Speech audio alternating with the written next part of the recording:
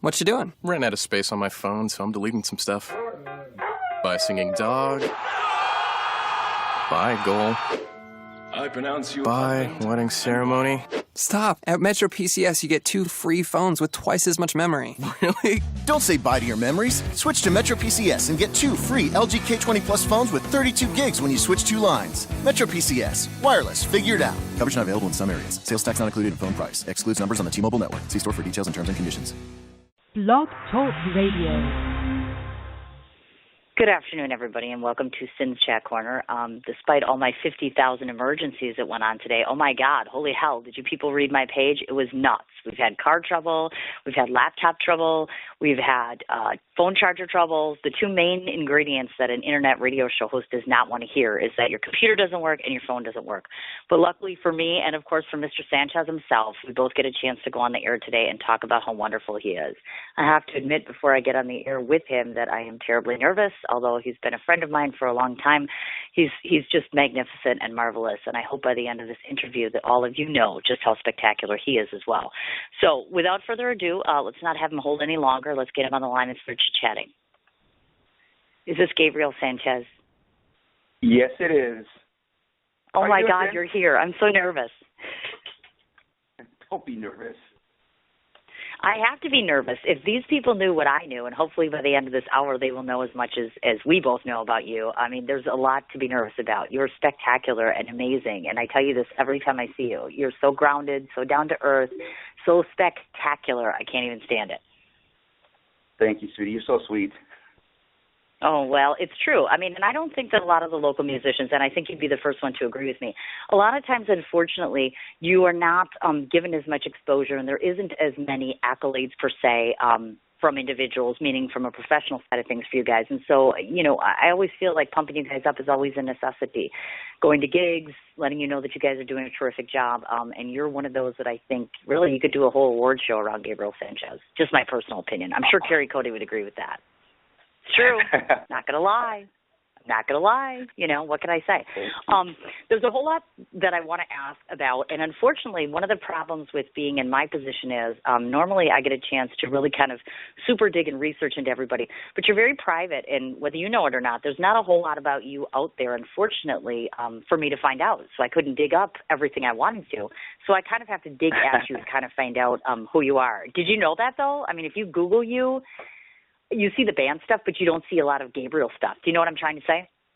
Yeah, I pretty much try to keep private, you know, my private life.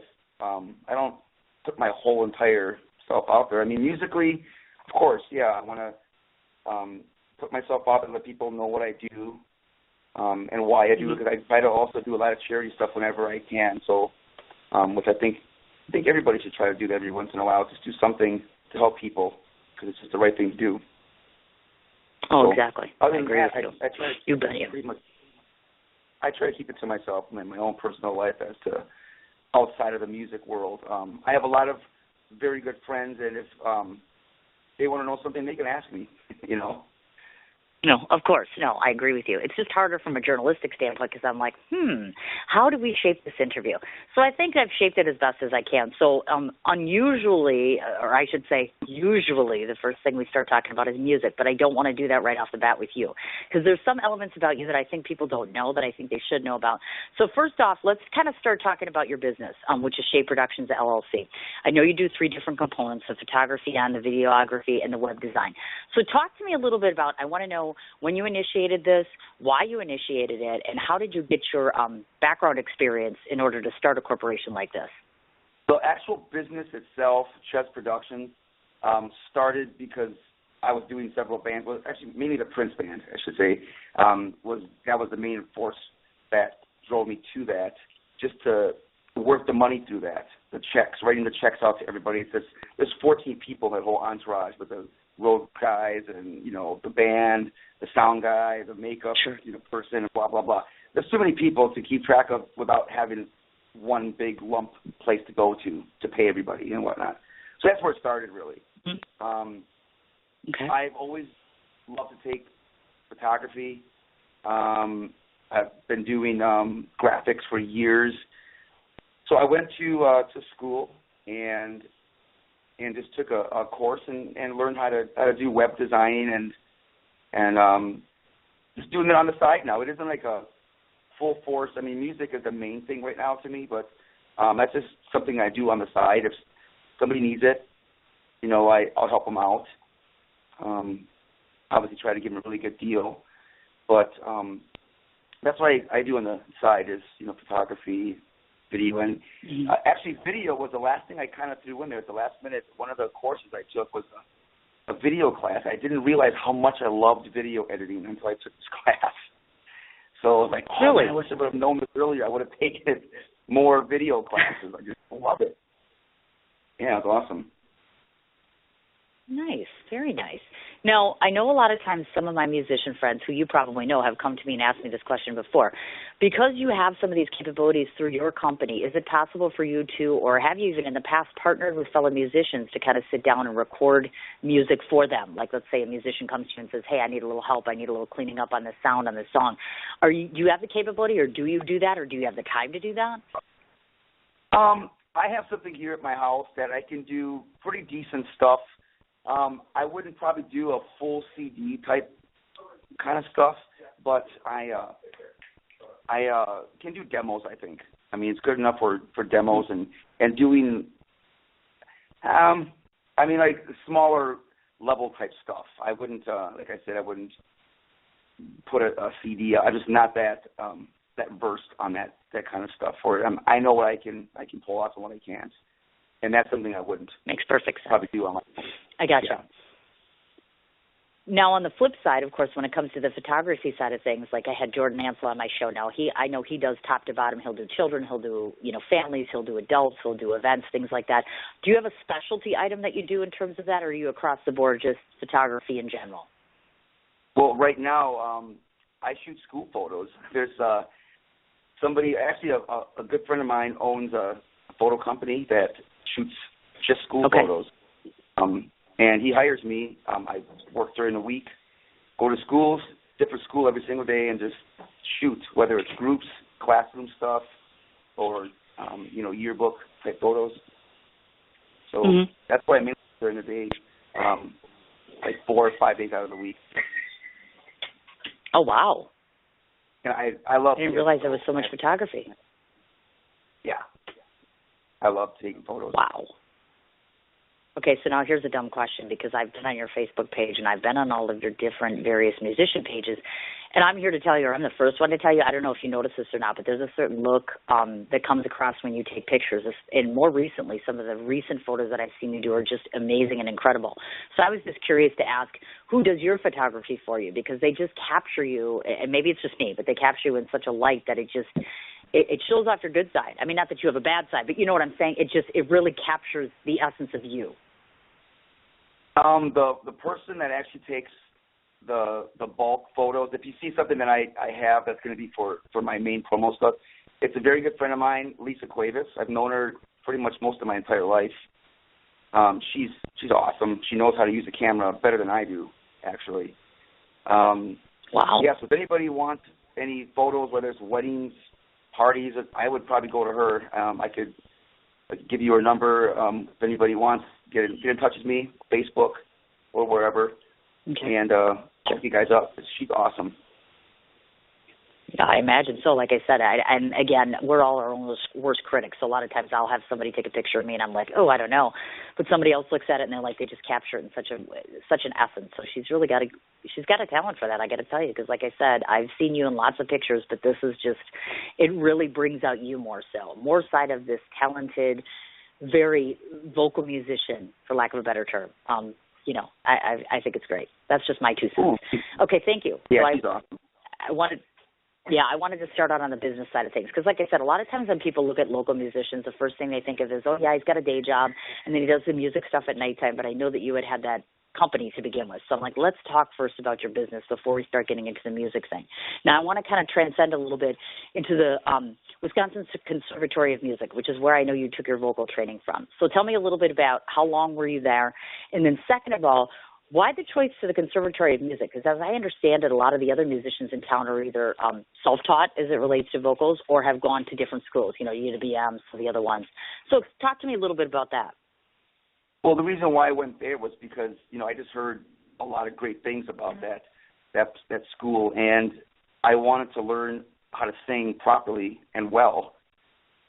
So I took 2 years worth of classes there, and it was worth every penny. Which is why I can sing the way I do today, is because I took classes there for 2 years. I wish I can go back, but in fact, I've been saying that I do want to go back. You should never stop learning. So at some point, I'm probably going to find myself back there, because it does help.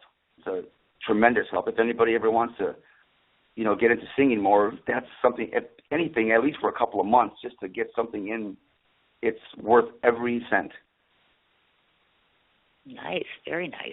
One of the interesting questions I was thinking about to ask you when I was sitting here, and I thought about this and doing your vocal training and such, I've heard you sing high, I've heard you sing low, I've heard your range and pitch change dramatically from one show to the next, which always amazes me. So my question to you is, would you ever consider going out of your element and doing something like an operatic sort of thing? Because I've heard you get higher in pitch, do you know what I'm trying to say? But I don't think I've ever heard you go to that extreme. So I was wondering, just how far does your range or pitch go? I don't know. Years ago, I was tested, and I was told I was almost a full 3-octave vocal range. I was one note away from being a true bass. That was a long time ago. Wow. My vocals have actually stretched, so I can sing higher and a little bit lower now. So I don't know. I'm kind of interested in finding that out, how high or low I can go now. Because there are songs that I used to struggle with, and now that I've been singing a lot more, and actually like 3-4 times a week, your voice gets stronger if you keep using it.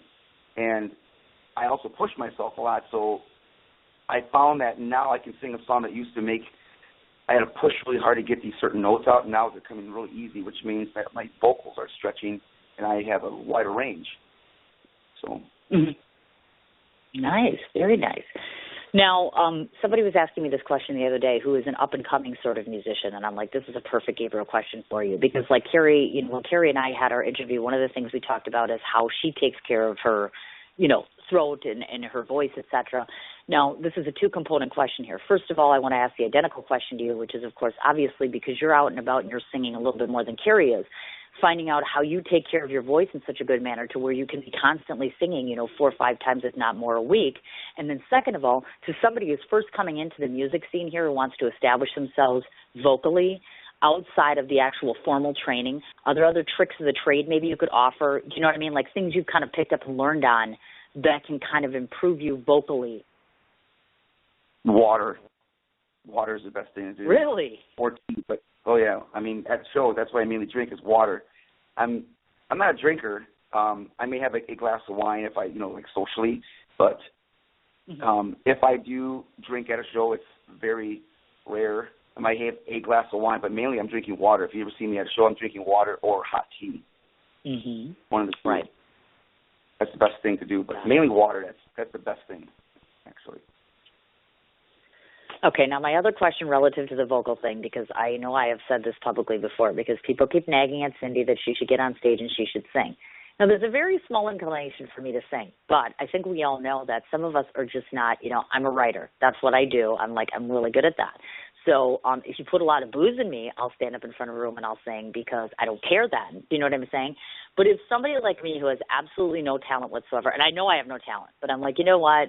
Maybe just once, if I just want to dabble in this a little bit, and I don't have a whole lot of time to dedicate to something like that, what do you do? Do you just sit and listen to music and kind of lip sync a little bit? Do you go to one of your friends like you and say, hey, Gabriel, teach me how to sing real quick? Do you know what I'm saying? Because some people might be out there that want to dabble in it, but are just too kind of timid to. You know what I mean? Because I think that's what my problem is. I think you just jump in and do it, and then come down Wednesday night to my open jam and do it live. Oh, my God. Nothing like, let's just throw you into the wolves and everyone can laugh at you when you sound really stupid or anything. Yeah, right. Give me a break. It's hard. It's tough because there's a lot of, when you're standing with you and Rudy Z and Phil and, of course, Junior, everybody that comes to the open jam, you're all very seasoned musicians. You know what I'm saying? So there's a lot of pressure I think, to go stand up on a stage. The one nice thing about what you do is not only are you welcoming to every musician that comes in the door, and you'll say, you know what, if you want a turn, come on up and take a turn and do a song or two or whatever. You don't turn anybody away.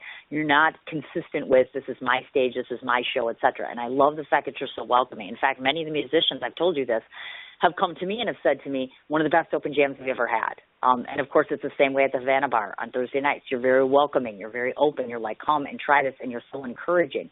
And that's refreshing to see. In fact, one of the things that I'd like to have you do over time is to establish yourself. I mean, I know that you're established Wednesdays and Thursdays for Open Jam, but kind of just partnering with somebody to have your own place where local musicians or other musicians can come in, whether they're starting out or whether they're trying to learn an instrument, and you kind of mentor them. I was curious to ask you if you've done that in the past, act as a mentor or a teacher of sorts to others, professionally or not. Well, I have people that ask me questions, about singing or whatever, or writing. Recently just had a couple of friends ask me to help them out to write. We've been meeting on Monday nights and just doing some songs, just kind of busting out some chords and having somebody do a singing pattern or whatever. And they don't know how to write too well, so that's why they came to me. And I'm like, well, let's try this. And then I explain what I'm trying to get across, why I'm doing a certain thing or whatever. And they're learning, and but you're always learning also. When you write, you're learning because sometimes you find some new ideas. Oh, yeah, I've never done that before, and so that's always a fun door to open up. Just jumping in and doing stuff. And that's what I'm teaching them. It's just you need to open up and just don't be afraid to screw up when you're writing with somebody. If you go off key or if you screw up something, who cares? You're writing. That kind of type stuff. Or vocally, like Carrie Cody and other friends of mine have asked me stuff about vocals, and I'll just give them pointers that I learned, whether it was from my teacher when I took vocal lessons or on my own. I've learned just singing for the years that I've been doing it, a lot of stuff on my own. You learn from doing. You do something over and over and over again, you're going to learn. Right, on your repetitive. own as well. Oh, of course. Like, oh, yeah, well, if I did this, and I'm always listening to myself. Whenever I sing, I'm not just, singing. I'm, listening and making sure I'm singing the notes properly and the tones. Am I coloring the note right? And if not, how can I do it better next time? And then next time I do it, I'll do it different. And then that's how I learn, just doing that. Taking a song, and when I learn that kind of voice, I can use that voice or that note on a different type of song. I'm I did this before, and I can do it over here. So you learn. I'm teaching them that, right, how to do stuff like that. And so, yeah, I help people whenever I can. If they ask, I'm not going to just go out and just tell people, oh, yeah, by the way, do this. If they want to know if I can help sure, them, I will. Makes perfect sense. And, that brings up another question on the writing side of things because, of course, obviously, I'm a writer, but I know first and foremost that I would have to try extremely and immensely hard for me to sit down and compose an actual song. But there are some friends of mine who are authors and have actually dabbled or tried to dabble in the songwriting thing. So talk to me a little bit about, in terms of when you're actually composing your original songs, how is that so much more challenging in terms of, like I said, for me, I'm a generic author, meaning that I can do sizzles, treatments, I can do my radio show, things like that. But that is, more journalistic sort of writing. Songwriting, how does that vary? What are the challenges, or should I say what's the upside of doing, songwriting as compared to other forms of writing? Because I'm sitting here with writer's block every 10 minutes. Yeah, see, that's kind of strange. It's, at least for me, I know that people who write songs, they write differently. Like the guy that I'm writing with, who's doing the singing, he has the lyrics already there, and I'll give him a rhythm, and he's literally putting a singing pattern to lyrics he already wrote. I write the complete opposite. To me, I write a rhythm, and I write a vocal pattern. I'll mumble, or if a word comes out, that's how I write, and then I finish the lyrics afterwards. That's my process, but that's just me. Elton John gets lyrics from Bernie, and he writes the lyrics or the music as he's reading the lyrics. That's his process. See, everybody's different. Everybody has their own thing. That's mine is just doing the music. But sometimes everything comes out at once. There are those kind of magic times where I grab the guitar and the lyrics, the singing pattern, the chorus all fun out at the same time, and the song's done in 10 minutes. That happens too. But you can't. There's no exact way of doing stuff, because sometimes, there are times also I'll hear a melody with lyrics. Okay, what if I sang like this? Then I got to find a chord, but that doesn't happen a lot. So with writing, to me, it's weird. It's like it just happens as it happens, basically to me. Well, and the other thing, of course, too, I wonder about, because for me, it used to be when I was a younger writer, I would go back and I would write, and then I would edit, then I would write, then I would edit, because I think all of us to some degree are some form of a perfectionist. You know what I mean? Like, wait, this just, you know how you get it to that point where you're like, okay, now it's point on.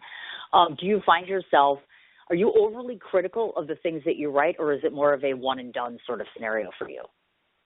No, I'm very, very, very critical. I knew it.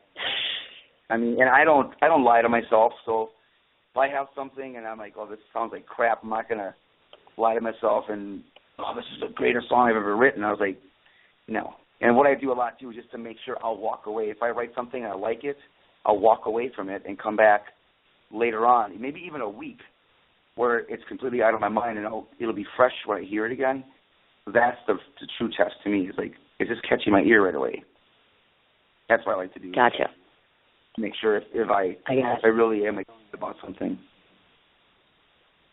Well, and that's why I said, like I said, a lot of times those of us who are perfectionists in this, and of course you know that you want everything to be 150% on, it's like do it again, and that sort of good stuff. That's why sometimes I wonder with people like yourself, is it easier to partner with somebody? Do you know what I mean? Because you can compose something, look at them and say, hey, is this on? Does this sound stupid? Do you know what I'm saying? Because I can't, and I'm not lying to you, I can't imagine Gabriel writing out 3/4 of a song, crunching it up, throwing it in the garbage and being like, that's crap. I'm sorry, I just don't see you doing that. Or am I wrong here?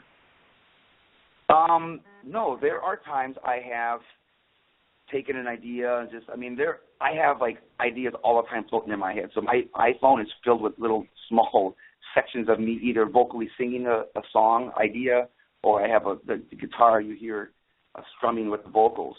So I have like hundreds, of ideas, and there are a lot, I'll tell you, there are a lot that I'm like, what the hell was I thinking? That sounds like shit, Can I say shit? I don't know. Yes, you can say shit on the internet. Go ahead. Okay. So yeah, I don't lie to myself. But at the time I was like, oh yeah, that sounds. Maybe I heard something different in my head, but then later on, when I'm coming with fresh ears, I'm not hearing the full idea in my head, because sometimes I can hear drums and whatever else is going to be in there. But then when I come back to it, I'm like, what was I thinking? And I'll toss it, But if there's a good idea, then okay, then we can build on this. And then you take it and you edit it until it sounds cool. Gotcha. And full. Now I'm interested to ask this other question. Again, this goes back to the writing of the music, of course, because some of us, like me, for instance, if I am stirred or motivated by very strong emotion, if I write about something or someone that I love intensely, it's almost impossible for me to actually write about it or write to them per se. Whereas, for instance, I think that maybe, and I'm asking, if high emotion or high connectivity to someone or something is your motivator, because I know you had shared with me the song that you had written, for your brother, and I thought to myself, I wonder if high emotion is one of his motivators. For lyrics, yes. Musically, I think it just, I think that there are already songs written out there, and you just have to try to connect with them. And sometimes they come out as ideas, sometimes they come down as songs through you. And to me, that's how I feel, at least, because it's almost like magic. It's just like it just happens. So they're already floating out there. You just have to grab them. And whether it's something sparks it, somebody might say something, you might meet somebody that just gives you a certain vibe, or whatever. You read a book, you see a movie, that can spark a thought for an idea. So it's always different. Again, to me at least, on my end, songwriting is never the exact same. The process kind of might be, like I said, the guitar and vocals, but it's not always the exact same. Sometimes it comes out in slower, sometimes they come in fast. There are songs I've been working on for years that aren't even done yet because I can't finish them. I'm not happy with the parts because they haven't I don't know, I just haven't found the right section for whatever idea that is. So, but then, like I said, I've written a song in 5-10 minutes, complete lyrics, guitar parts, vocal parts. So. Really? So it's different. That's and then you wonder then you wonder why I say you're amazing. Did you hear yourself? I just wrote, I wrote a song in like 5 minutes. I'm like, did he just hear what he just said? Did you hear that? Wow. That's those all are I'm gonna say. I call those the magic songs that are always those are the better songs. Actually, I've realized that those are songs that do grab people more when they do come out quicker. When I do play them out live, I do see people, they'll kind of get into that certain song better. That doesn't happen all the time. I won't say that, but it has happened pretty fast like that. I understand. I got it. Okay, so that explains to me in terms of that part goes. Now we're going to flip over to the other side and get away from the writing component a little bit and, of course, talk about you as a musician. I know that the three main things that you play, and this is, of course, self-taught, and actually I'm a huge advocate for self-taught instrumentation because tons of my friends locally here as well as non-locally are byproducts of that, and I think that's wonderful. Even more amazing, it speaks volumes about who you are if you're capable to pick up an instrument and be able to teach yourself and learn and become as proficient as you are, because I've seen you on the guitar, I've seen you on bass, I've seen you on drums, I've seen you on keys before, and, of course, obviously in the front, acoustically and vocally as far as that goes. So first off, I wanted to ask you, so I covered all the ground, are there other instruments that you do play that we just don't see or that you're versed in? No, not really. I mean, I'll dabble in other things, but I wouldn't say I really play them. Okay. No.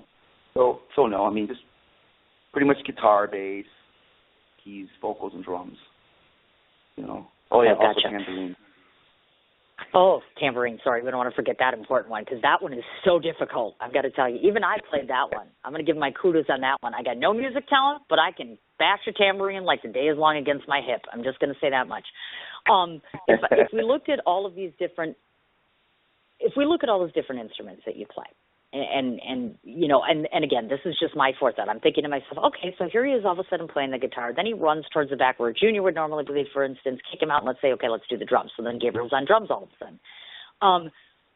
What range from top to bottom for me, the easiest to the most difficult for you to play and why? Meaning why is one so easy and one more difficult for you? I'm going to say it's pretty even on guitar and drums and vocals.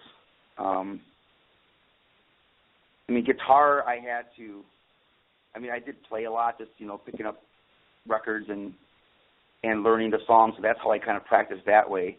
On drums, I literally practiced like 5 hours a day when I was a kid. Like in high school, I would literally skip school to go practice drums and just play till I had blisters and then just kept going until the blisters popped and I didn't want to stop, so I had to switch fingers and I just kept playing, and just played and played and played until I got better. So I'm comfortable now behind a kit. I'm very at ease. I don't feel. I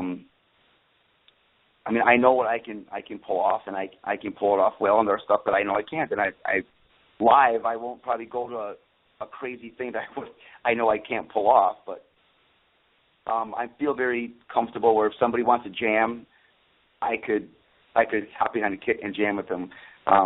Rhythm guitar, we can get there. Soloing, I'm still kind of new at soloing. I'm maybe about a year and a half at full-out soloing. Gotcha. I'm fortunate to have a lot of really good players around me that know theory, and they give me a little bit of theory enough for me to know what to do in certain solos. Like if somebody says we're going to play in the key of G, now today I know what notes would fit in. If there was a major and minor, I'll go, okay, then it's going to be here, and then I know where to pretty much go. Where a couple of years ago, I'd be lost. I was like, I don't know where to go. And I've always wanted to learn, and I finally am like, you know what, I'm going to start asking my friends to help me out and show me a couple of scales, and, I'm doing it. So constantly learning, just got to keep moving. You can't stay stagnant. No, of course not. Definitely not. And one thing that I do notice about you, I don't know if you notice this about yourself, and again, keep in mind, folks, that I'm usually trying to be out and about to see as many musicians as humanly possible. And I've been very blessed to be able to see Gabriel on a number of different occasions. And one of the things that I note as being a spectator at some of your different events is that you blend amazingly well and transform yourself from one gig to another gig, meaning when you're standing and playing with one band versus another. You know, when you're at Open Jam standing next to Rudy and you two are playing guitar, you complement each other very well. Versus, let's say, for instance, when I saw you at Saloon on Calhoun and you were doing this Three Little Pigs thing, the way that you correspond and the body language and the actual musical communication that goes on between you is just in sync, completely in sync. You've picked partners that you mesh amazingly well with. And I don't know if that's a coincidence or is this something that was planned and you just partnered yourself with like minds and like players. Make sense? Yeah. Well, basically, I think I'm very lucky that I just have a really big group of extremely talented players, whether it's drums, guitar, vocals, keyboard players. I mean, I find these really good players that don't have these big attitudes like, oh, I'm the greatest player. And I know some just phenomenal, crazy, good, talented people like Joe Height, for instance, to me is one of the most talented people in this city, and he does not act like it. I mean, this guy is so down to earth. You know, Chris Crow, another really good, talented person, and they're all down to earth people. They're not going to talk down to you because they're such great players, and they know music very well. I mean, the theory part of it and all that stuff. And I just always try to surround myself with people that know music very well, better than me actually, because that pushes me to be better. So if they're on the stage with me, I'm like, oh, I better make sure I'm on my toes and not going to screw up, you know. So I purposely do that. I've done that for a long time. I try to get people that are, you know, on a certain level, you know. And I don't want to sound bad, but it's like if there's somebody that's still just trying to learn, yeah, I'll help them. But to be, you know, in a full band with me, be a little bit a different story because I have to try to feel like I need to grow on stage with them as well as make sure I'm a better player with them. Try to, you know, stand next to them and not feel like I'm not pulling my own weight. And like I said, I don't want to sound bad, but I'd love to help people to try to get to that level. I tell people that all the time. Try to surround yourself with people that are better than you, just because they're going to make you better. Just by listening to them, playing with them, it'll make you better all around. Oh, of course. I definitely would agree with that. I think a lot of times who you surround yourself with actually encourages you, motivates you, as you said, helps you to excel and try to keep pushing and pushing and pushing. So kudos to you as far as that goes. I just want to throw that out there. Because sometimes, you know, when you're in the thick of it, you don't really notice that stuff.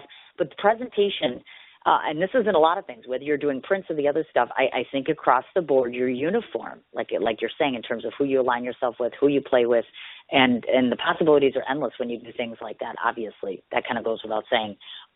Now, quick question before we move on to the next thing, because we're going to get into, obviously, the CD and the Kickstarter campaign a little bit later. But my question is, are you focusing more so primarily on doing the vocals on this CD, or are you also playing as well? Because I wasn't sure about that. Well, the one song that I've done so far, I did guitars, all the guitars, drums. Actually, Tony Schuler and I both did drums together. And as far as the keys and the bass, I had somebody else come in. Dan Palmisano did keys, and Ryan Fitzgerald did the bass. Both of them are in different projects with me as well. I'm going to probably have Dan Palmisano and probably Joe Height do the keys for the CD. I don't think I can play the keys that I need to be played myself. Again, I don't lie to myself. I'm not going to think that I'm this great, you know, keyboard player, which I'm not. And they are at a certain level that I need them to be, and so I'm going to ask them to do it on the bass. I'm probably going to have Ryan play it. I might have a couple of different bass players. I'm not sure about that yet. I haven't gotten to that point of who is going to be playing the entire CD with me. As far as drums, I think I'm going to do all the drums, all the lead vocals. I'm probably going to have a couple of guest backing vocalists. Tracy Sparks was on the song that I had already. So she's going to be back, I'm guessing, for some more backing vocal stuff, as well as other friends of mine. Wonderful. Yay, we like to hear that. Friendship and preparation. I'm sorry? Okay. No. Go ahead, dear. Go on. I'm going to have Jeremy Jason playing guitar for the CD. So probably him and I are going to finish all the guitar parts together. So that should be phenomenal. I didn't hear the name. Is Carrie Cody going to be on that? You never know. I was One hoping never the knows. word was going to be. Heck yes. That's why I'm curious about that. But of course, we already know that you're going to be partnered together on something. But still, I was just wondering. And the reason I say that is because when I was looking at when I was doing some of the research, the one thing that I didn't know for sure, because I know that you've worked with a chorus before, for instance. And obviously in the Prince experience, you have a very elaborate stage presentation, so there's a bunch of different singers on there. But would you ever consider with just your, I don't want to call them regular bands, but for instance, your solo act or, for instance, V2, et cetera, would you consider just having a couple girls as backup singers maybe for a gig or two? Because I thought to myself, that would really be cool. Or have you done that? Because I'm sorry, to the best of my knowledge, I didn't think you did. No.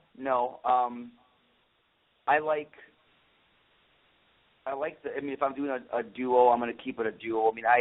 I like to have the different acts that I have separate. I don't want to have them, there's a reason why I do the solo or a duo or a trio. It's whatever the venue is calling for. If they want me to do, an acoustic solo show, I can pull that off. Yeah, sure. Let's do it. They want more of it, can get my duo, Scott, to come in and play drums and sing. Scott Belbumer is the drummer for the right. Gabriel V2. And then if they wanted a little bit more, like do gigs, so I want to constantly be building. So the answer would be no. Maybe. Well, that's a good answer, kind of, sort of. For professional, so maybe, yeah, but not on a regular basis. I gotcha. I just thought it would be neat, only because I've heard you both ways, and I have to tell you, I've always thought the background singing and the extra vocals and stuff, you know that yourself. A lot of times it can enhance things, depending, like you're saying, on the venue and such.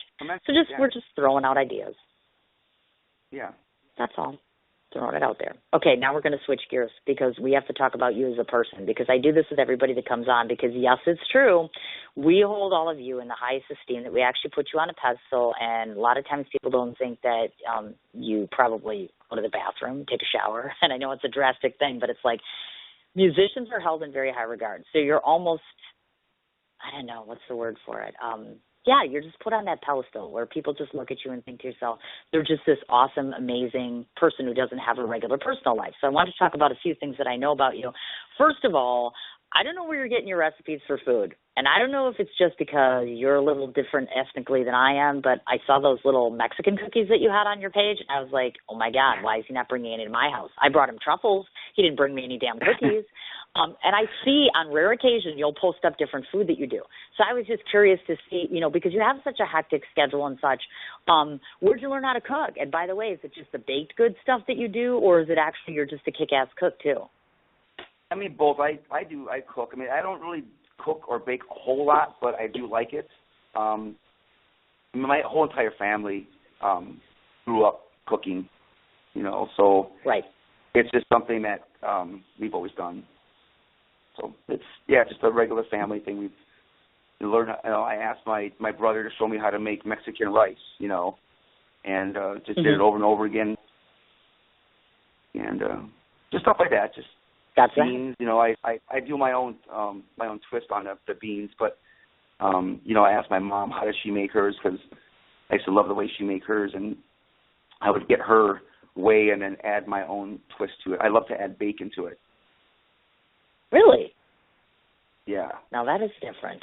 That is really different, actually. Like I said, because a lot of times, most people who lead a life like you do, which is, I can't even believe the guy's got 45 seconds to breathe because he's involved with so much, you would think that, the domesticity of you is minute. You know what I mean? Because you're not home long enough most of the time, I gather. The fact that you have a cat, I understand why you have a cat and not a dog, obviously, because it's like dogs take a lot of time and maintenance. I understand that. And, oh, my God, people, look on his Facebook page, because if I could have liked that picture of you and the cat about 70 times, I would. He's got his head just kind of rested on his cat in the cutest little way. And I'm like, did you plan that or something? Because it's adorable. It, like, shows this whole other side of you. I don't know if you know that or not. It's cute. It's cute, yeah, man. no, I didn't plan it. It just happened, one of those photos. I was laying on him. I'm going to take a quick picture. So it looks pretty. Oh, look at that. Cute. That's so cute. Now, the other thing that I wanted to ask you about is, and I know this might sound a little strange because, you know, you're a little bit, well, actually, I could ask you how old you are and you could tell me to kiss your butt. But, yeah, because you're maybe the same age as me, because I'm 45. I'm old, and I don't mind admitting that I'm just freaking old. But I don't know if you're willing to admit. 40s? 30s? Help me out. I'm 49. Get out. You're a liar. I'm still calling bullshit right now, because you know what? You look like you're 35. 49? Seriously? No, I'm not going to lie. No, seriously. Okay, one thing that, and I'm just curious, this is a personal question, obviously, but I was always curious about, you have a very, if people don't know you, the first thing that they should know about you on a personal side of things is you have a very, not only a very calm and soothing voice, but you have a very tender disposition to you. When you speak to someone, you're very kind, you don't holler. I've never seen you raise your voice. I've never seen you lose your temper. You know, you have a very giving and loving spirit. So I asked myself the obvious question, which is, I would have expected you to have kids. Does that sound silly? Because you would make a great dad. I would have expected you to.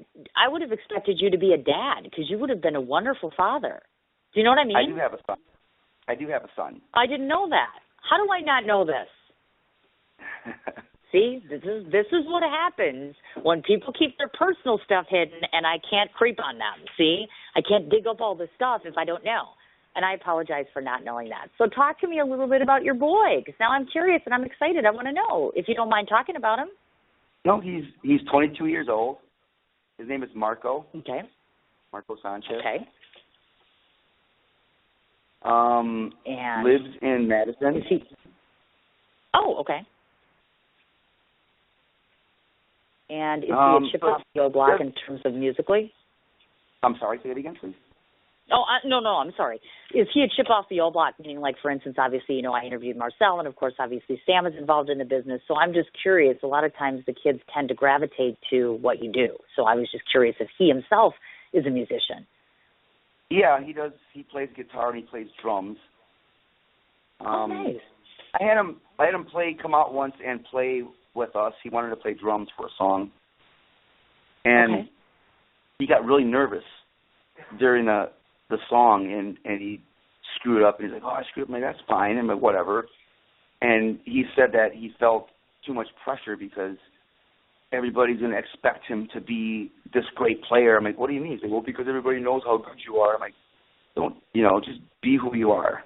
Right. So I try to explain that to him, that he doesn't have to, he just has to do whatever he can do, In fact, that's how I've done with anything.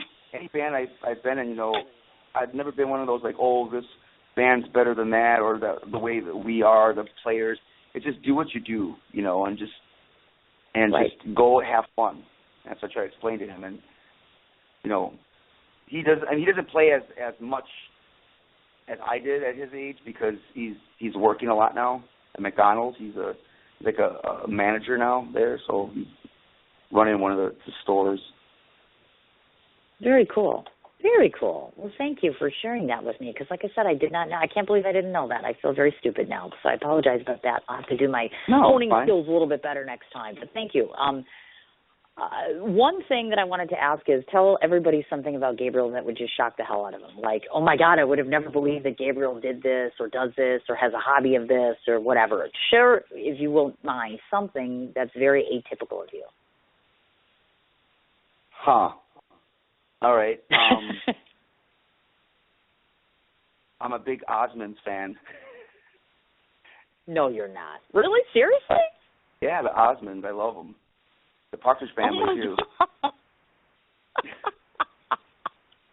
Does that mean you're going to get a little bus? And I could just see you packing up all the musicians, get the big bus, and go on out and do a little tour bus thing. That would be totally cool. How funny. Yeah, like I said, a lot of times when musicians are private, it's really difficult to learn a lot because some people want to, some people that are out there always, throw everything out there, and there's some people that are very personal, and I try to respect people's privacy. But sometimes it's kind of cool to see, even you are a normal guy and you like these sorts of things and all that good stuff.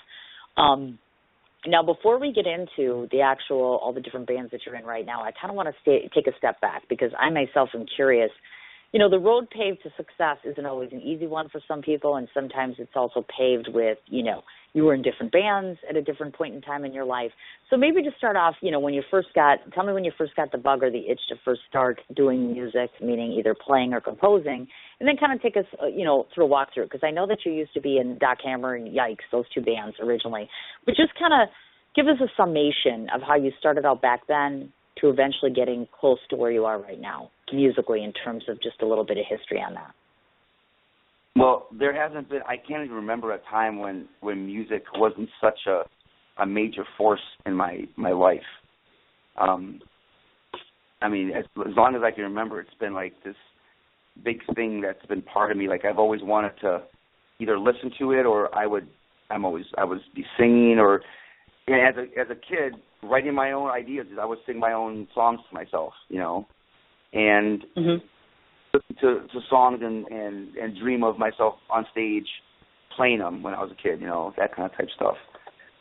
So then when I started to play guitar and drums in my teens, I just, obviously gravitated towards writing right away too, as well as, learning cover songs. That is going to help you learn by learning songs. It's going to say, oh, that's how they wrote their song, and you learn from that, which I think is a very good idea that people do learn other people's songs just for that exact reason if you want to be a songwriter. I know I've actually gotten better as a songwriter from doing that because you learn different chords, different structures. Just gives you a different outlook on writing. Gives you ideas to try different stuff. Sure. So yeah, I did that in my teens, and then later on, I had a band in high school. I think it was my Animals, a band called Animal with Medi Stans and myself. Very good friend of mine, plays guitar. We formed a band called Animal. I sang in that one. After Animal was over with, later on, Nettie and I formed Doc Hammer. And Doc Hammer was a pretty big force here around town. I played drums in that one. Nettie played guitar. A bass player, John Bosco, and David Morrissey was the lead singer. And we played around town for about 5 years. But it was a really good time. I learned a lot during that period as well. Okay. After that band broke up, I formed a band called Yikes, where I played guitar and I sang in.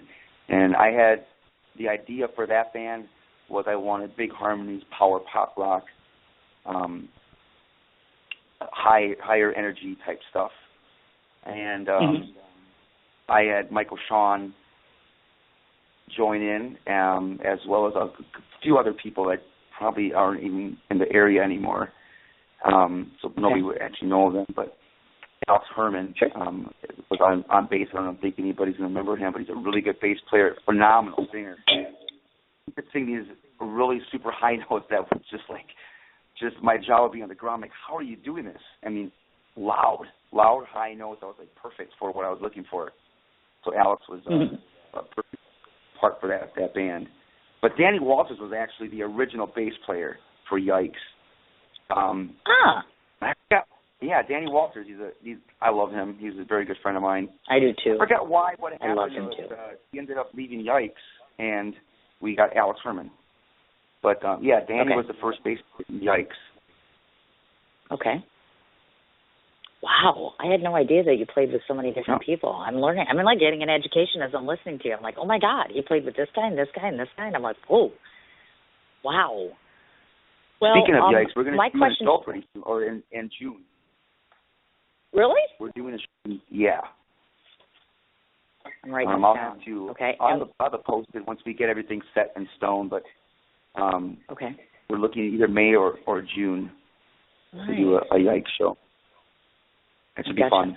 So now, definitely. Now I imagine so, and just by envisioning in terms of your mother, she has to be just flabbergasted with just pride and joy and just thinking to herself, oh my God, look at how my little boy, basically, which is how we view our children, look at how my little boy turned out.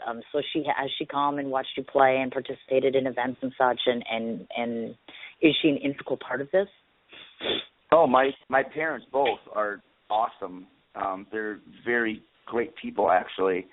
I mean, they've taught me a lot, just to be as a better human. Actually, there's stuff that they've done. I'm like, I don't know how you're doing this, but like we had friends steal from us at some point years ago when we were kids, and a couple of years later, my mom had them over for dinner. I'm like, what are you doing, Mom? They stole from us. She's like, you have to learn to put things in the past, and you actually have to forgive. Even that type of stuff. Sure. I'm like, really? After this, you're going to love this? No. Just stuff like that. They're just very good people. And they were always very open about me playing. They're like, yeah, go ahead, pursue playing. And they actually literally let me set up my drum set in the living room and practice drums when I was a kid. And I would pound away. Oh, my God. For hours. That was pretty cool, I thought. I mean, not many parents would allow you to take over the front room with the whole drum set. I imagine. That's pretty wonderful, actually. That's very encouraging, and it's nice to see that because, of course, I've talked on multitudes of different shows about sometimes we as adult parents always want our kids to do the best and to have the best and all that good stuff. And sometimes some parents will come across and say, being a musician isn't exactly what we call a lifestyle that you can rely on. You know what I'm saying? Because in Milwaukee, as we all know, it's tough to get constant, consistent gigs. It's tough to get paid really well. It's tough to maintain a lifestyle on this when this is all you're doing, as you know. I mean, even if you get big time, et cetera. Sometimes it's, if you're not, it's not a way to make $1 million a lot of times. That's why I'm glad to hear that your parents are so encouraging of that and all that good stuff.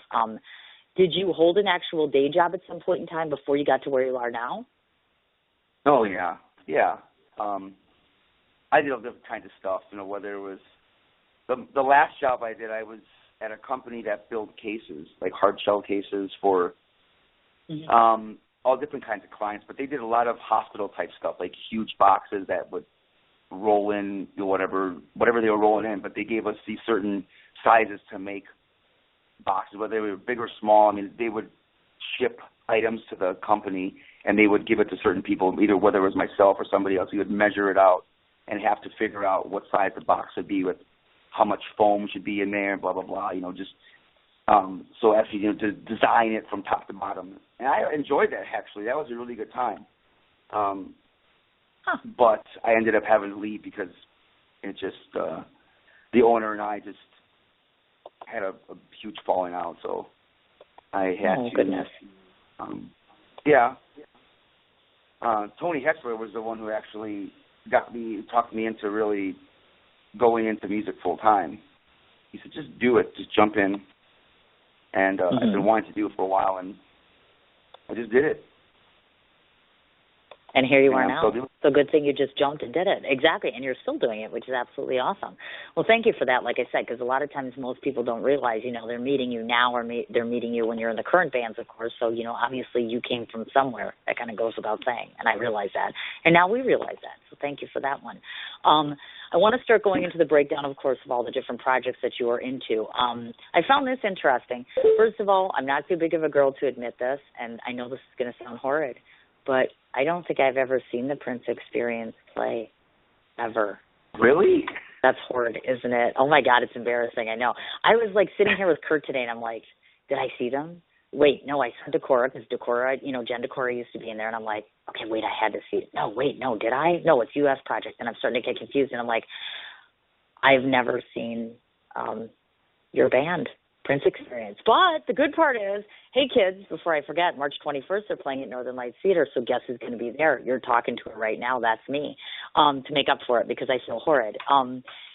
because I can't believe I've never seen this. I'm like, I've seen him in almost every other thing that you've ever played in, but I'm like, I've never seen it, and this is a big one. And I have a couple questions about that because, of course, obviously, Gabriel is Prince himself and part of the Prince experience, which is the elaborate 14-people band, as you had mentioned, which is quite an accompaniment. I know you originally had been in a Purple Rain theater production, which I think is interesting because I don't think I've ever heard of someone doing that sort of thing. Tell us how you got involved in that theater production. Did you ever, you yourself, notice the likeness or resemblance that you had to him, was that what sparked the Prince experience? And then third of all, is it more or less complex and detailed to work with such a large ensemble? Okay. The look part, let me actually back up. I had a friend, a roommate at the time, who was involved in a local theater, and they were doing Purple Rain. And he told me about it, and I was like, oh, that sounds fun. I said, just let me know when it is, and I'll buy tickets. I love that movie. And he said, no, we want you to do Prince, to be Prince in it. And at first I'm like, no way, no, I'm not going to do that. No, I'm not interested. But then I started thinking about it. I've always wanted to act. You know, I've written scripts before and had, you know, and did films, little short films. You know, so I've always been into that type of stuff, but I never did it before. So I agreed. Okay. I said, okay, I'll do it. And had a couple of people go, oh, so you can sing and play guitar like him and dance like him? And I'm like, man, what did I get myself into? So I remember going home from that bar that night and putting on the songs and singing. I'm like, oh yeah, okay, it's in my range at least. You know, lucky that I have a 3 vocal octave range, so I can hit the notes at least easier than I was hoping. I was like, oh, hopefully I can hit these notes because he can sing kind of high, and he can sing pretty low. Right. So right. It was a matter of me getting the right coloring is what it is. You know, getting how is he coloring that note? You know, I can get there. Just have to do the right sound. You know. As far as the guitar, like I said, I didn't play lead guitar until about a year ago. I mean, full out. I mean, to know what I'm really doing. So basically what I did is I sat down for countless hours with the CD for the certain songs that I was going to solo, like on the song Purple Rain. And I learned the solo by ear. So I didn't know what I was doing, but I just was playing what I learned by ear, you know. Mm-hmm. So that's how I played those solos. Okay, I got that covered. And then the dancing part was the weird one. It's like I always knew I could dance kind of like sexual type. Like I've done it on my own without nobody seeing it. Like, you know, after you're done taking a shower, you're getting ready, you have your music on, and you're just, you know, whatever. Right. And I was do that, you know. Oh, yeah, I can do that. I just never did it in front of people. So that was a challenge. And my whole entire family knows that I don't like dancing. And so they were kind of laughing when they finally saw the show because they're like, look at you dancing. You know, they're just laughing because they knew I was very shy about dancing. But basically what I had to do is I had to mentally go to a certain place for me to do that. Right. You know, I just no way I could, me as myself, as Gabriel, go out there and do that because Gabriel doesn't do that. Sure. So I had to go out there. Right. I had to learn to go to a certain place. And I remember actually knowing that I was doing that when we were rehearsing and, you know, if you ever watched the movie, the father hits Prince, he slaps him across the face and he goes flying across the floor.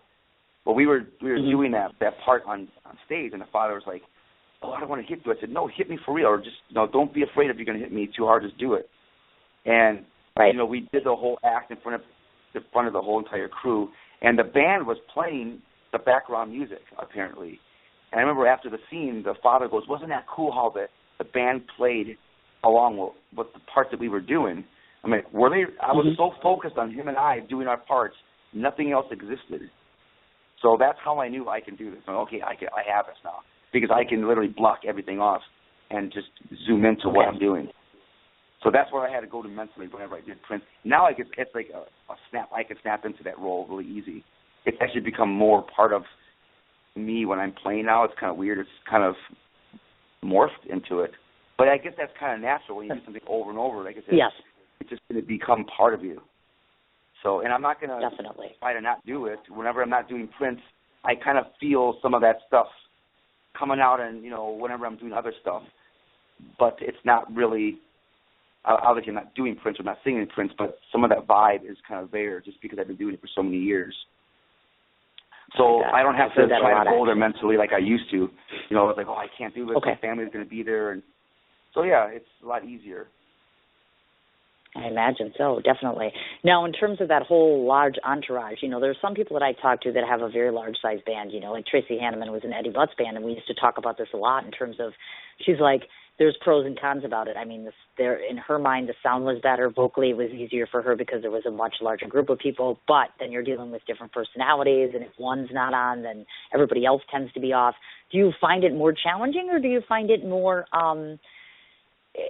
less complex, I should say, for lack of a better, easier or harder? There you go, Cindy, in terms of something like that versus the smaller band. Which if you had to, this is not coming out right, but you're getting what I'm trying to say. It's going to be harder, obviously. And to quote my business manager, Tony Hetchler, he said it's like herding kittens into a basket, because there's so many people involved, and to try to get everybody on the same page and make sure they understand what's going to happen. Like, we're going to meet at this certain place at this certain time to do this certain thing. It can get very difficult to make sure everybody's on the same page, and for them to actually do it. Because then if they don't, something happens, and you got to, it can be very, very difficult. But at the same time, if everybody is on the same page, and when they are, everything sounds so much better because there's a lot more going on, and if everybody's doing their parts, it sounds like this very good, well-oiled machine, basically, just something that's just going, and it sounds great. Definitely. And I don't want to forget to mention that once again, March 21st, of course, for Northern Lights Theater, you'll be at Potawatomi. What time does that start that night? I didn't write that part down. Starts at 8 o'clock. Tickets went on sale Monday, but when I spoke with the people from Potawatomi Thursday, they were already over half sold out. So if anybody is planning on going to the show, I would probably get tickets soon. Okay. That means me. Okay, so note to self, get tickets. Second of all, maybe I should try to get Prince on my show. Yeah, like that's going to happen. I could try, but I don't think it's going to happen. I do want to interview him. I would love to be able to get him on my show and then be like, hey, guess what? I have a friend named Gabriel, and he does you. Like, you're the only one, right? Because I'm sure, obviously, there's God knows how many. But I'm like, Gabriel's like the best, and maybe you two could do it on stage. Maybe you two could do it on stage together, like you could perform with him. Yeah, that will never happen. Hey, never say never. There is no such thing as no. If you start giving up on hope, it won't happen. So let's just say maybe. We'll leave it at maybe. You just never know. Okay. Maybe it won't happen. Now, the other thing, well, there you go. The compilation of Gabriel V2, which is something that I just learned about when I was researching it, which is, of course, the combination of yourself and Scott. So talk a little bit about, obviously, I'm guessing that you guys have been friends for a while. You kind of compiled together. What sort of music is played through Gabriel V2 as compared versus something like Three Little Pigs? Gabriel V2 is mainly classic rock, Beatles, Eagles, Stones, Tom Petty, which will consist of me on the acoustic guitar, Scott Belgiumer on drums, and I sing the leads mainly. He'll be doing the backing vocals, and there's a couple of songs that he'll do lead on. So yeah, I mean, we mainly try to stay with the classic rock music from the 60s to about 80s, some 90s, versus the Three Little Pigs, where I have the electric guitar and Scott Belgiumer is still playing drums, and we have a new bass player, Alex, on the bass, who also plays guitar very well. He's a very good guitar player, so we're going to be actually switching off back and forth. I'm going to hop on the bass, and he's going to hop on the guitar, and we're going to switch it off that way. He's a very good singer as well. So that stuff we're going to be doing a lot of, we're still going to, we try to keep the songs separated from the duo to the trio. Some of them do crossover, but we try to keep them at least as much separated as we can so they're not the same show. you know. Well, right. That was going to be my one question. There's a little bit more 80s, 90s type stuff in the Pigs. You know, you might hear, you know, just, you know, a lot. You'll hear less Stones or Beatles, but you will hear some. But in the Pigs, you know, I'm a huge Beatle fan. You know, we do at least 4 Beatles songs throughout the show. I like nice, more. Very, very nice. Well, and of course you can over time, like you're saying, because the one thing that we run into in terms of the fans ourselves, and I've said this to other musicians, a lot of times when you see the same friend over and over and over again, it's always neat when you shake it up a little bit, so to speak. You know what I mean? Like when I go see his band and he's in this, it's different, you know, because obviously when I go and I see you Wednesdays and you're doing the open jam, it's different. Even open jam to open jam from, you know, Pato to Havana, it's a little bit different. And then when I saw you at Three Little Pigs, it's Stool on Calhoun. You know, it's always transitioning and it's different. I think that people want and crave, as you're saying, some diversity. Otherwise, it just becomes kind of like, yeah, it's great to see Gabriel, but I heard the same thing, and, you know, you hear the same songs and the same routine. You know what I'm saying as far as that goes. Yeah. Obviously, since I brought Pulse into the mix there, you play drums with Pulse, obviously. What's up with the contact lenses, okay? Can somebody explain that to me? Because I'm like, you all have blue eyes, red eyes, whatever that thing is going on, I don't know. But you're all walking around with the blue eye thing. I'm like, what up with that? Am I the only person that asked that? Because I'm like, it's a little weird. Well, we stopped doing that. We ended up just not doing that anymore because people were freaking out too much. That was my idea, that I wanted to have everybody with blue contacts. So the whole band bought the blue contacts, and I thought it looked cool, but way too many people were freaking out. They're like, I can't even look at you right now. I'm like, that's not what the reaction I was looking for. I mean, if I saw that, I was like, oh, that's so cool. I would want to stare in their eyes more. But other people are like, oh, you're freaking me out. I don't want to even look in your eyes. I'm like, that's not the reaction that I was hoping for. So let's just nix this whole idea. Okay, so it's not just me then, because I did think it was weird too. I'm like, it does seem a little strange. I mean, it's cool because you're adding something different, like I said, but I'm like, what's up with these guys walking around like that? I'm like, okay, is this just their thing, whatever? But, you know, nonetheless, obviously Pulse is another one of those larger-sized bands that you guys play. Obviously, a lot of dance music because I've come out and actually personally danced to you guys. Did you, and I asked Carrie the same question as this, share with us one of your fond memories, of course, because we lost Paul's aunt. I can't even use words to describe how sad I was when I found that out because it was such a tragedy. Yeah. Share a personal memory or something that was significant to you in the regard of Paul, because I'd like to try to immortalize him as much as I can here. Well, I mean, basically, my main thing with him was I loved how he stuck with me when we lost the person who was playing lead guitar. And it took a while to find somebody, and I just thought, man, maybe this is not going to work. And Paul was the one who was just like, no, he stuck by me and waited till we found the right person. I thought for sure he was going to bail. Like, nah, he'll probably just say forget it, you know. And I was even thinking maybe forget it. And I found somebody, but and he was right there, and just, you know, throughout the whole time he kept saying, okay, you know, let's maybe put another ad out or whatever. And he kept pushing with me, you know. And I'm like, well, that was very cool. He's a very, very nice person. He was just so serene. I never heard him yell or get mad at somebody, you know. He's just a very nice person, very nice heart. Definitely. Very, very much so. Yeah. Yes, we miss you, Paul, very much. Definitely. It's been a little bit different, certainly. Now, am I to assume that you met Russ Greeley through Pulse, which is how he got integrated into Three Little Pigs, or was it vice versa?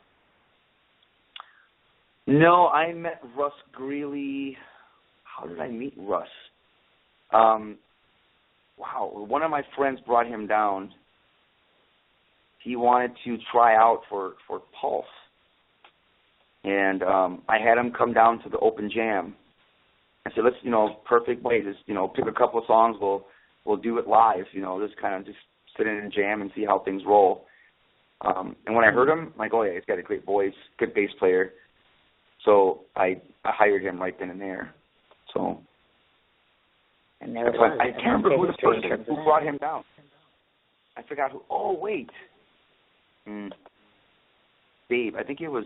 It escapes you. I'm not. Anyways, I met him through one of my friends. And he wanted to try out for Pulse, so that's how it happened. And Russ is a great guy. Unfortunately, he's not with Pulse anymore. He's with a country band. Bellicane. Yep. I believe, yes. I had to remember where he was last at or where I last saw him, obviously. So he's with Bellicane now, clearly.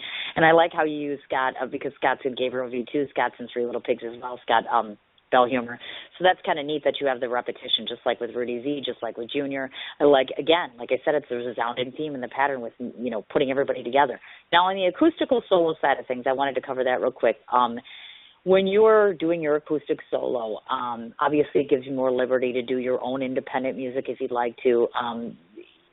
Some musicians just prefer to do the cover stuff because it's comfortable. They've known it. They've done it repetitively.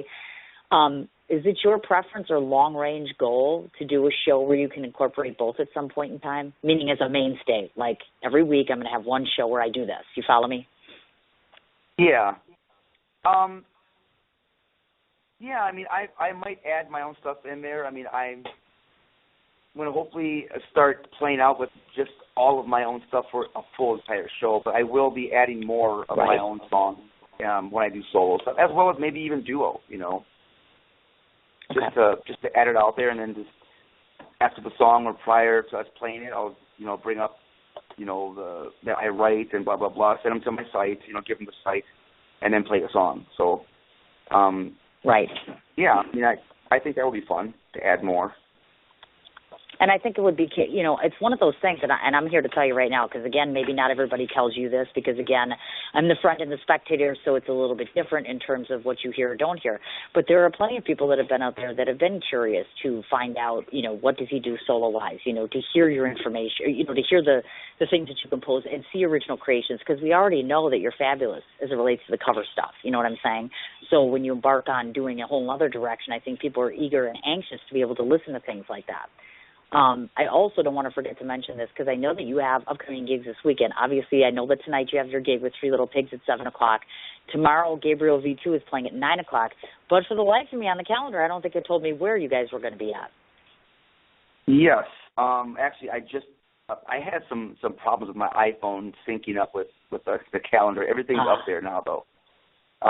Okay, that's probably why I couldn't tonight see it. We're going to be the Pigs are going to be at 5 o'clock Steakhouse. Great, the best steaks in town. So if you guys are into nice, big, thick of piece of meat, chop down, chow down, and the music's free, so you can just come upstairs to the lounge and watch us jam. Tomorrow we're going to be at Bar 360. Scott and I will. So that's going to be V2 tomorrow night. Gabriel V2. Got it. At Bar 360. Bar 360, and that's at 9 o'clock. And oh shit, I just realized that I'm Catholic and I just had spaghetti for lunch.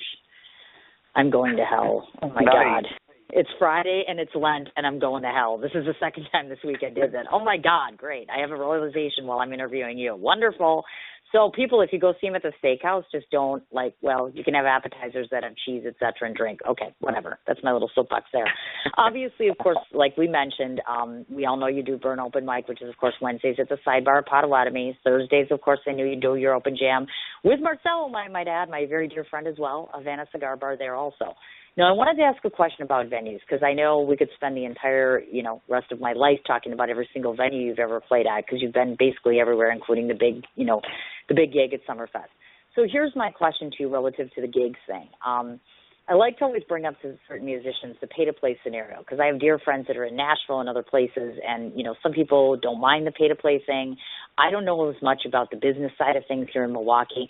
Two quick questions here. First off, why do you think that the live music component seems to be seemingly dying out, for lack of a better term, meaning that there just aren't as many places, obviously, to get the live music into? And then second of all, venue-wise, if you had to choose one in particular to pick because you get the best crowd and the best sound, where would it be? As far as the scene, I just think that there's or places to play at. Why there's not as many, I just think it's because the scene is not as big as it used to be. I mean, there was a time, I think, of years back where there was more of an actual music scene. I just don't see it now for some reason. Okay. I don't know why. I'm hoping that this town hopefully starts coming around and and just coming out, there's a lot of good bands out to watch. You know, there's a lot of really good live bands that are out playing. You know, there's this one, off the top of my head, this band, really good cover band called the Almighty Vinyls. I had a chance to catch them once. Love that band. They're so good. Really, really good cover band if you want to see good 60s, 70s type stuff. And there's really good stuff in like Kansas and that kind of type stuff. Just really good stuff. But, I mean, there's a lot of bands like that, you know, and I think if there was a couple of more clubs opened up and people actually went out to see live music and actually support it more, they would find that there are a lot of good bands to go see. You know, gotcha. As far as a venue that I like to play, Northern Lights is a great place to play at. You know, I mean, I love playing there. It's just I like working with the people, the stage crew that they have there. Awesome, great guys. Todd Fink is awesome to work with. The sound system there and the lights are just incredible. And I love that there's not a bad seat in there. You can literally be sitting upstairs in the balcony, the last row, and you don't feel like you're a million miles away. You know, it's a really good place to see a show because, I mean, I remember seeing several shows there where I just didn't get there early enough and I had to sit against the wall and went, I'm way back by the wall. And then the show started, and I'm like, wow, I feel like I'm kind of up close. This is kind of nice. Right. So that's a really nice place to go see a show. And it's actually really I mean, it's huge. When you're up there, it's a nice big stage. Oh, definitely so. And, of course, we'll know that on March 21st when I actually am there, when I get to see you for the first time on that, because I'm so embarrassed to say that I haven't. Still, that sucks. Okay, we have two more big things to talk about, and then we'll go through the business rundown like we normally do.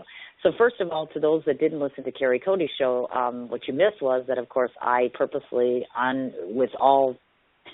with every intent, I said to myself, when I get on the show with Carrie Cody, I'm going to find a way, and I've said this to you both before, to combine the both of them. Because if anybody hasn't seen Carrie Cody go onto a stage with Gabriel or vice versa, there's just some sort of symmetry or magic that occurs. And I truly believe that. I've seen you play together, or, you know, you play, her sing, obviously. And it is wonderful. It's nothing short of just magical to me and a lot of other people that have watched it. So I was very honored, and I am very honored to say now that I am just casting my movie, my biker documentary, Brazen Biker Babes, by which Carrie Cody and Gabriel Sanchez, I'm so happy to report, are going to do the soundtrack music for that. So the number one song in this movie is going to come from the two of you. So I just want to ask, what are you going to come up with for me? I'm curious, because this is, I don't know if you've given this any thought yet, but obviously it's a biker sort of scenario, and I'm just excited for, are you capable of composing music in that realm? Do you know what I mean? Because I haven't heard that type or style of music from you before. Do you know what I'm saying? Yeah, I've actually started a couple of ideas already. But Yay! I needed to know, I did want to ask you what vibe you were looking for. Did you want the more grungy, bluesy type? Do you want the heavier kind of, because there's different type of biker music. You know, you can do it more scaled down, where it's more just the acoustic kind of blues type thing, but still sounds kind of darker. You know, so I'm not sure what you're looking for yet. We haven't really talked so much, but I have a couple of ideas already. Right. Well, that's absolutely wonderful, you know, and the most exciting thing for me is, of course, I don't think Carrie really realizes how fabulous her pitch is, you know, because just in listening to her vocals, and she, again, has that diversity in some ways similar to yourself, and she's not over herself. You know what I'm talking about? She's very modest. She's very this is who I am, this is my talent, etc. So I think the combination of the two of you will be extraordinary as far as that goes. I will say this much about the movie, and I was going to ask you this actually, but since you're here, we may as well talk about it. All of the girls that I've cast so far, we're all getting together earlier this coming Wednesday. So I was hoping that maybe I could snatch at least one of you, if not both of you, have you meet the girls. And I kind of like the girls would determine what kind of music they want to have in their movie. My personal thought is, if you or Carrie have ever heard of the Forest Rangers, those are the gals and guys that did the music, including Katie Skull for Sons of Anarchy. A lot of their sound is kind of what we're looking at, kind of a cross between that and Leonard Skinner. Does that make sense? So if you can listen to some of the Forest Ranger music and kind of mesh the two of them together, that's my personal feel. But I think we should ask the girls because, you know, they're the bikers. They're the ones that are going to be in this production. It's all about them. So I do think that they should have a say in it as well. So I think we all have a brainstorm meeting. And again, I have to tell you, I am beyond excited that both of you were just like, yeah, I'm on board. And that's what I love about local musicians is the fact that you can go and sit down and approach them and say, hey, I have something that I think might bring me and other people some exposure and success, and I want you to be part of it. And everybody's just so game and so glee and just like, yeah, we're here. We're on top of things. And I love it. So thank you so much. It's another reason I love you guys. You're welcome. The last thing I save for best, which is, of course, before I play your song, which is Love That's in Your Eyes, which I have on here, which everybody gets a sneak peek to listen to. I want you to talk to everybody about your Kickstarter campaign because it wasn't so long ago you initiated that. Kind of tell us where you're at in terms of how much you've raised so far, how much you're looking for, and why you feel it's important for people to back this project. Well, basically, why I think it's important to back it is because it's it's been a dream of mine for over 10 years.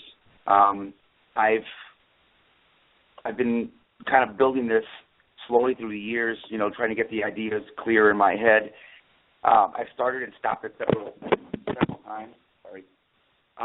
Just didn't have the right people lined up, and I think everything is set now. And I think it's just important to back artists. I mean, whenever I have artist friends that need help, you know, they, like I said, whether it's helping them write a song, whatever, I like to help out, you know, and if anybody would love to help out, even if it's $10, I would deeply appreciate it because it'll help me get a little bit closer to having a dream of mine that I've had for over 10 years actually happen. It's an audio-visual show where the band that I would have would be playing live, and there would be a screen on stage with us, which would either have footage, photos, or words pop up in sync with the band. So it won't be just random times that it would happen. It will be literally in time with us playing live. So it'll be like a live video, almost in a way. You can watch the screen, and the music will be going literally in sync with it. Awesome. And so far, now, how far have you? I'm sorry. No, I'm sorry. I was just going to ask you that question. Actually, how much have you raised so far? So far, it's $4,705. Nice, very nice. Okay, how much closer do you need to get? Well, it's up to. I need to make $21,000 to do the full entire show with the video, and because there's video besides not just the studio stuff. There's also video that has to get filmed and all kinds of stuff. So I try to whittle it down as much as I can, but it's $21,000 unfortunately, and you know it's a big egg to crack. Okay. But I think if everybody, like I said, if I can get a bunch of people that pitch it, even if it's $10, I think it can happen. And I have like 20 days. We have to stay hopeful. So. Oh, I was just going to ask that. So you got a little less than 3 weeks left over to raise the rest of the money. Yeah. It will be a great show. It's going to be, I mean, nobody around here is doing the show that I'm going to want to do. If I can pull us off, people are going to see a show that they have never seen around here. So it'll be different. Oh, I imagine so, 150%.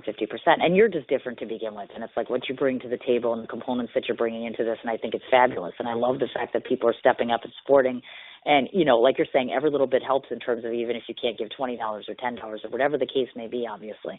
So I have some brainstorming that I did on this. But first, let's go ahead and have everybody listen to Love That's in Your Eyes. So I'll give you a break for 3.5 minutes, and let's listen to Gabriel sing.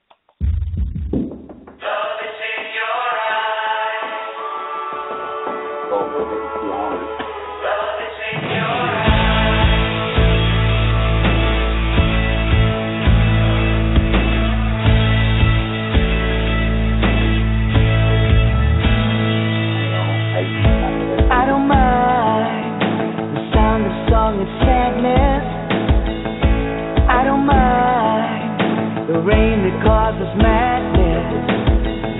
And if the sky fell down and the darkness was the dawn, it's alright, your heart begins the light in song.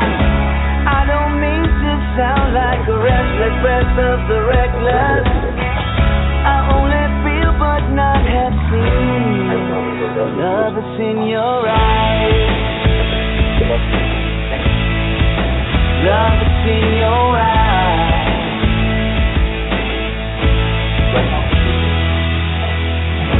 I don't mind the feeling of conviction. I don't mind the cursing contradiction. And if the world gave in and it rained hypocrisy, it's alright if I left the shroud for all to see. I don't mean to sound like the restless breath of the reckless. I only feel but not have seen. Love is in your eyes. Love is in your eyes.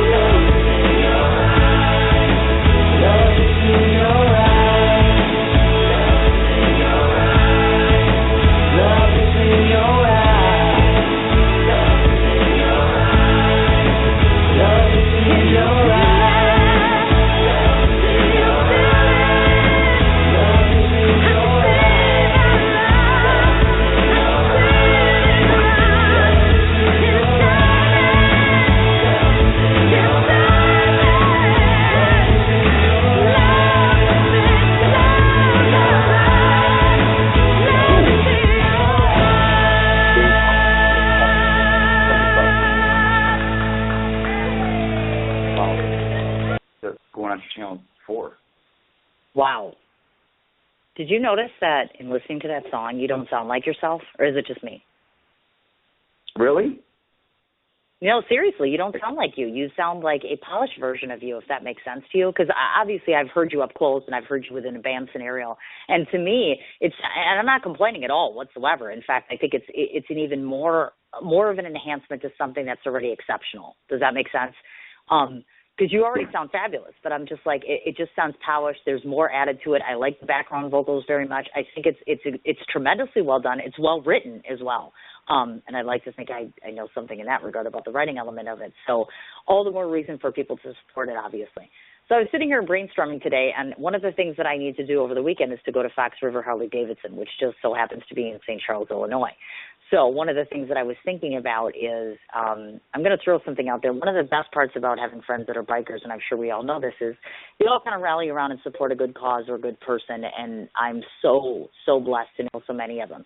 So I think what I'm going to do is kind of try to raffle or throw something out there to which all the bikers want that I can offer them in exchange for them donating to your Kickstarter campaign. I think that's a really good idea. Luckily, I know the Sons of Anarchy guys. I could probably get something auctioned off. I could probably see if we could raise some money. I don't think I can get you $10,000, but I can surely get some kind of a dent in there. Yes, that's exactly right. Anything will help as far as that goes. That kind of goes without saying. Now, there's a couple business things, and you've listened to my interview before, so you know that we're down to the end. So we'll have to talk about ways to find you, your gigs, and then last part, of course, me telling you what I think of you, like you don't already know that. But we'll do it anyways. The rundown, of course, every Wednesday night, if y'all are looking for something to do, Gabriel runs the Burn Open Mic at the Sidebar Potawatomi Casino. And Thursday nights, same thing, open jamming at the Havana Cigar Bar. You get 2 for 1 there because typically Marcel is also playing there with Gabriel. And, of course, if you ever want to see Kerry Cody, just bring your butt down on Wednesday night because I'm here to tell you, first place I always find her is over at Burns, sometimes at Havana. Obviously, Prince Experience we talked about, which is the Northern Lights Theater starting at 8 o'clock. Get your tickets. Like Gabriel was saying, it's running out March 21st, and that's at Potawatomi again.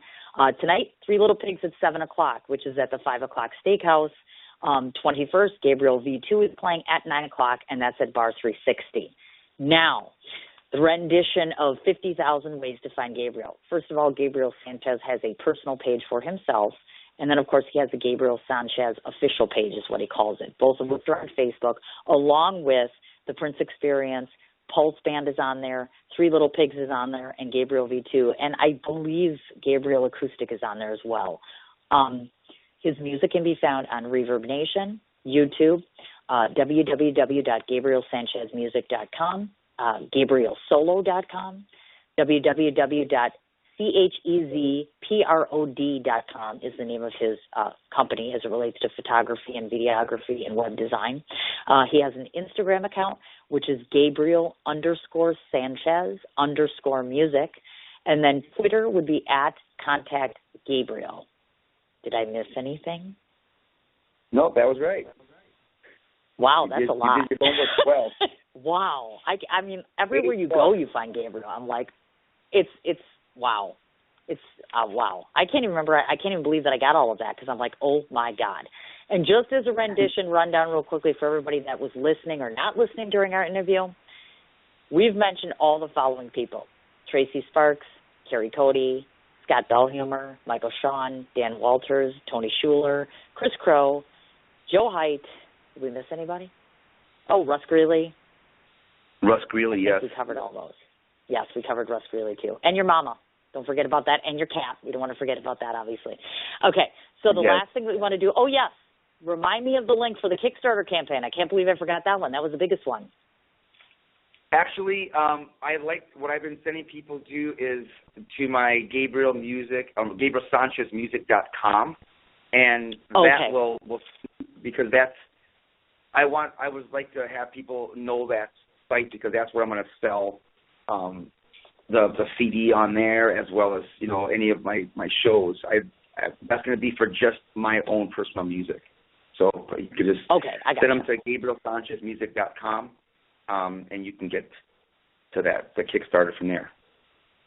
Okay, I just wasn't sure because I wasn't sure if we just put that link up because I was putting up the Kickstarter link as you had it up, so I wasn't quite sure if people want that direct shout and they want to go ahead and just do something. Yeah, and it's one of those weird links where it's like Kickstarter / then these like weird like a percent sign or whatever, just a super long address. So to make it easier too, I just send them to my personal site. GabrielSanchezMusic.com, and then from there it explains the site, and then you can also pledge through there. Gotcha. Absolutely wonderful. Okay, well, we've reached that point in time where I get to finally finish up the show and tell you what I think of you. You've heard this before.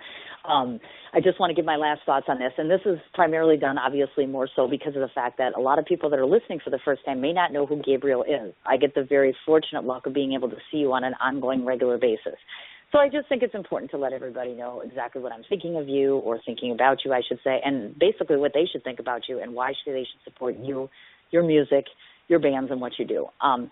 For most of you that are listening that have never met Gabriel before, he's one of the guys that I would call you just meet him with a handshake and a hug because that's the first thing that he would do with just about anyone. I've seen him hug and kiss and handshake and hug practically everyone in the city at one point in time or another. It's very, very infrequent that you can talk to a fellow musician in the city of Milwaukee that either hasn't collaborated, called him, or solicited advice from him, or sat on a show that was produced by him, or are just in awe of him. I have never heard a curse word being said about you. I've never heard anything coarse being said about your music. I know that you have a fan and band of followers that follows you from here, there to Kingdom Come and probably 2 hours out of town if you would expect them to or ask them to. As I mentioned before, you have the demeanor of someone who is, you're just so stylish and graceful and lovely and sweet and welcoming. Everything you do is heart-based.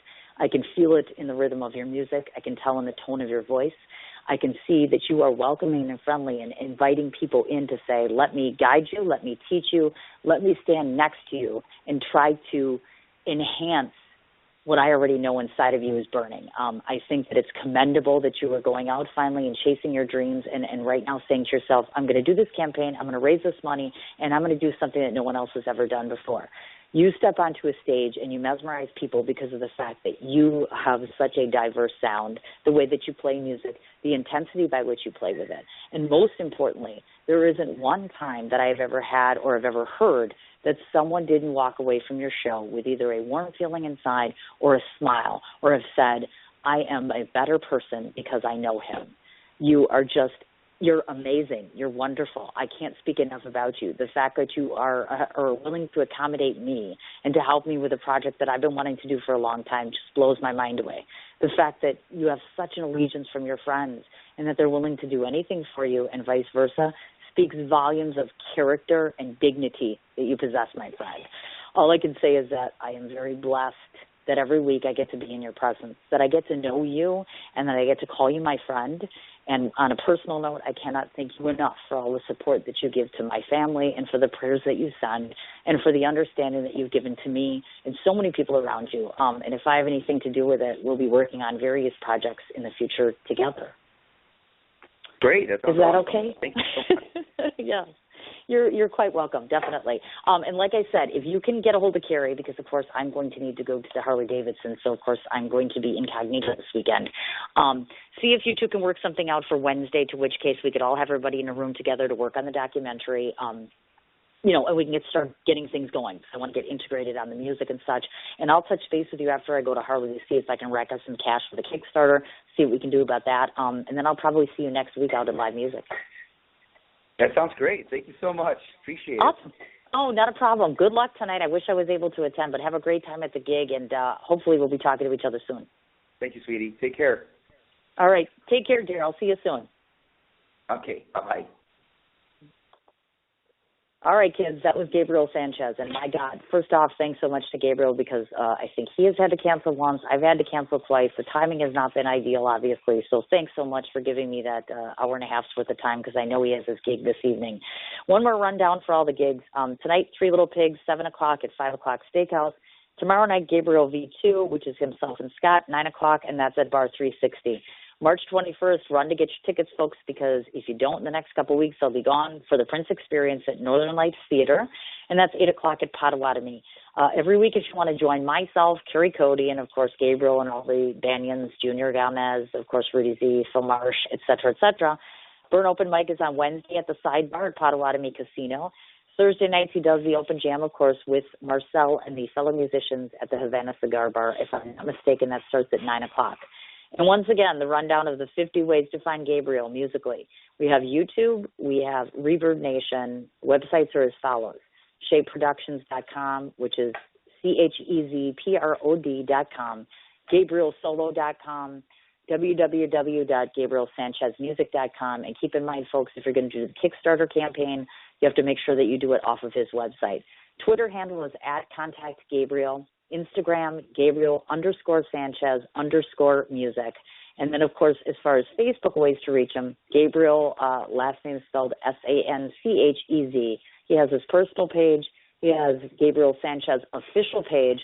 And then, of course, you'll find one for Three Little Pigs, for the Pulse Band, for Gabriel V2, and, of course, the Prince Experience. And I do believe there's an acoustic solo page on there. Don't quote me as far as that goes. And, yes, I should know, but unfortunately I just forgot because it's Friday and it's been a hell of a day. And, well, thanks to all the well-wishers for me not passing out from being dizzy earlier today.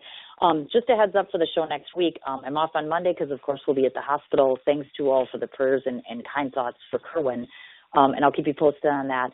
Tuesday we start off, that's going to be Sin's Canadian Connections, and a returning guest, one of my besties. I love her, beautiful, beautiful model, actress, you name it, she does it. Nikki Middleton, coming on the show 12:30 Central Standard Time. That's on Tuesday through Sin's Canadian Connections. Wednesday, we've got returning guest Josie Milner, another musician, and a fine one at that, young, sweet, beautiful girl, 6 o'clock Central Standard Time. And author Paul Sheriff at 5 p.m. on Thursday, February 26th, and that's 5 Central Standard Time. We'll be talking about his book as well. Thanks so much once again, to everybody who's listening in. Have yourself a wonderful weekend, and I am soon to be off to Chicago to see my peeps. Have a good one, folks.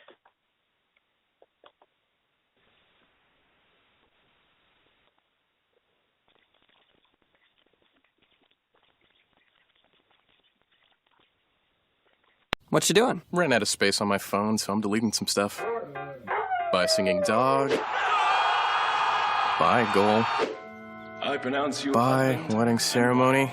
Stop! At Metro PCS, you get 2 free phones with twice as much memory. Really? Don't say bye to your memories. Switch to Metro PCS and get 2 free LG K20 Plus phones with 32 gigs when you switch 2 lines. Metro PCS. Wireless. Figured out. Coverage not available in some areas. Sales tax not included in phone price. Excludes numbers on the T-Mobile network. See store for details and terms and conditions.